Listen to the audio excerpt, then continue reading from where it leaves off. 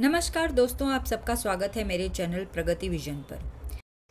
दोस्तों, पिछले एपिसोड में हमने देखा कि राजा विश्वामित्र ने यह निर्णय लिया कि गाय नंदिनी को हासिल करने के लिए वो तपस्या करने के लिए जाएंगे और उसी हिसाब से उन्होंने राजकुमार का राज्य अभिषेक किया और राज्य की भागदौड़ उसके हाथों सौंप दी और भरे दरबार में ये ऐलान किया कि वो तपस्या करने वन जाएंगे। विश्वामित्र की सालों की तपस्या के बाद नारद मुनि जरा चिंतित हुए और वे ब्रह्मा से मिले और उन्होंने ब्रह्मा से विनती की कि वह विश्वामित्र को दर्शन दे, अन्यथा इसके परिणाम भयंकर होंगे। अब आगे विष्णु विश्वामित्र के सामने प्रकट होते हैं। विश्वामित्र आदरपूर्वक ब्रह्मा को नमन करते हैं। ब्रह्मा विश्वामित्र से पूछते हैं, मांगो, तुम्हें क्या चाहिए? इस पर विश्वामित्र कहते हैं, हे सृष्टि के रचयिता, मैं आपसे शक्ति मांगता हूँ। तो विष्णु पूछते हैं, तुम्हारे लिए शक्ति की परिभाषा क्या है? इस पर विश्वामित्र बोले, हे प्रभु, शस्त्रों से अधिक शक्ति है कहाँ? मुझे वो सारे अस्त्र और शस्त्र प्रदान कीजिए जो देवताओं, गंधर्व, यक्षों, सिद्ध प्राणियों के पास है। मुझे नारायण अस्त्र, पशुपतास्त्र और ब्रह्मास्त्र भी चाहिए। इस पर नारायण ने कहा, मैं तो ये सोच रहा था कि तुम अपने क्रोध और अहंकार पर विजय पाने का वरदान मांगोगे। तो विश्वामित्र बोले, अहंकार तो क्षत्रिय की पहचान है और क्रोध उस पहचान का ध्वज। तो हे पूज्य, मैं कैसे अपनी पहचान और उस पहचान का ध्वज त्याग दूं? यदि आप मेरी तपस्या से मुझ पर प्रसन्न हैं तो मुझे वो सब दें जो मैं आपसे मांग रहा हूँ। यदि आप प्रसन्न नहीं हैं तो मैं फिर आपकी तपस्या करूँगा और आपको विवश कर दूंगा अपनी तपस्या से कि मुझे वो आप सब दें जो मैं आपसे मांग रहा हूँ। तो विष्णु ने विश्वामित्र से पूछा, तुम्हें ज्ञान चाहिए क्या सफलता? विश्वामित्र ने जवाब दिया, हे पूज्यवर, सफलता ही तो ज्ञान का परिणाम है। तो ब्रह्मा ने कहा, मांगो। विश्वामित्र ने मांगे सारे दिव्य अस्त्र और शस्त्र और उनके प्रयोग का ज्ञान। तो ब्रह्मा विष्णु ने विश्वामित्र को वो सारे अस्त्र शस्त्र दिए जो उन्होंने मांगे, ब्रह्मास्त्र और ऐसे अस्त्र जिसका कोई तोड़ नहीं। विश्वामित्र को उनकी तपस्या का फल देकर ब्रह्मा विष्णु वहां से चले गए। विश्वामित्र के खुशी का कोई ठिकाना नहीं था। अब जब उनको इतनी शक्तियाँ मिल गई तो पहले उन्होंने ऋषि वशिष्ठ को याद किया और निकल पड़े आश्रम की ओर। आश्रम के सभी जीवों को जैसे भनक मिल गई कि कुछ विपरीत होने वाला है। सब जगह भय का माहौल हो गया।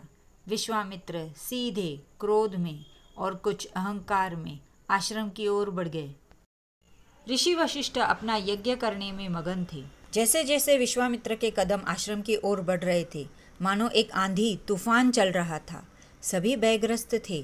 सबको कुछ समझ में नहीं आ रहा था कि क्या हो रहा है। ये तूफान कौन सा उठा है? आखिर कौन सी अनहोनी होने वाली है? विश्वामित्र एक आंधी की तरह आश्रम पहुंचे और पहुंचते ही वे वशिष्ठ से मिले और उन्हें ललकारा। विश्वामित्र अब ऋषि वशिष्ठ को हरा के नंदिनी को ले जाने आश्रम पहुंचे। राजा विश्वामित्र ने ऋषि से कहा कि अपने राजा को नंदिनी भेंट कर तो शायद मैं तुम्हारे पिछले गुनाहों को माफ़ भी कर दूं। तो ऋषि बोले, अगर आप अपने आप को आदर के योग्य सिद्ध करेंगे तो मैं ही क्या, ये जल, वायु, पृथ्वी सभी आपका आदर करेंगे। अब आप अहंकार की शैली छोड़िए। ज्ञान का वस्त्र नम्रता है। इस पर विश्वामित्र और भड़के ऋषि से बोले, हम तुमसे नैतिकता की शिक्षा नहीं लेने आए हैं वशिष्ठ। हम तुम्हें ये शिक्षा देने आए हैं कि राजा का सम्मान करना हर व्यक्ति का प्रथम कर्तव्य है।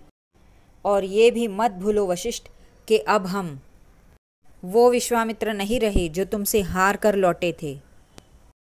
अब हम वो विश्वरथ हैं जिसने स्वयं ब्रह्मा को अपने सामने प्रकट होने के लिए विवश कर दिया। हम ब्रह्मा के कोष से सारे दिव्य अस्त्र लेकर लौटे हैं। इस पर नम्रतापूर्ण ऋषि बोले, आपने ब्रह्मा को प्रकट किया किंतु आपको योग्य वस्तु मांगने नहीं आई।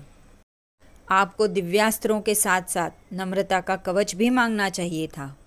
इस पर विश्वरथ और भड़के और बोले, हमारा समय नष्ट ना कर ऋषि, हम यहाँ तुम्हारा उपदेश सुनने नहीं आए हैं, नंदिनी लेने आए हैं। इस पर वहां उपस्थित ऋषि कपिल बोले, आपकी तपस्या ने तो आपके अहंकार को और भड़का दिया है। विश्वामित्र बोले, विश्वरथ बोले, सारे शक्तिशाली शस्त्र यहाँ तक के ब्रह्मास्त्र भी मेरे पास है। ऐसा कहते हुए दोनों ऋषियों को चुप करने के लिए कहा और बोले कि युद्ध हमारे और ऋषि वशिष्ठ के बीच में है। तो ऋषि वशिष्ठ बोले कि ऋषि गौतम और ऋषि कपिल ठीक ही कह रहे हैं। आपकी तप ने आपकी तमस और ही बढ़ा दी है और आप पहले से भी ज्यादा आत्मकेंद्रित बन गए हैं। राजा का ये कर्तव्य है कि वो जन संपत्ति की रक्षा करे और आपका विरोध करना हर नागरिक का कर्तव्य है। आप राजा नहीं, लुटेरे हैं। आप राज्यश्री बनकर जन समुदाय को धोखा नहीं दे सकते। वशिष्ठ की ऐसी बातें सुनकर विश्वामित्र और भी क्रोधित हो गए। वशिष्ठ ने उससे कहा, आप अपनी शक्ति का प्रयोग जन कल्याण के लिए कीजिए। प्रजा आपके लिए नहीं है राजन, आप प्रजा के लिए हैं। विश्वामित्र और भी भड़के और ऋषि से कहा कि हमारी सहन शक्ति की परीक्षा ना लो। यदि जीवन से प्रेम है तो सौंप दो नंदिनी हमको।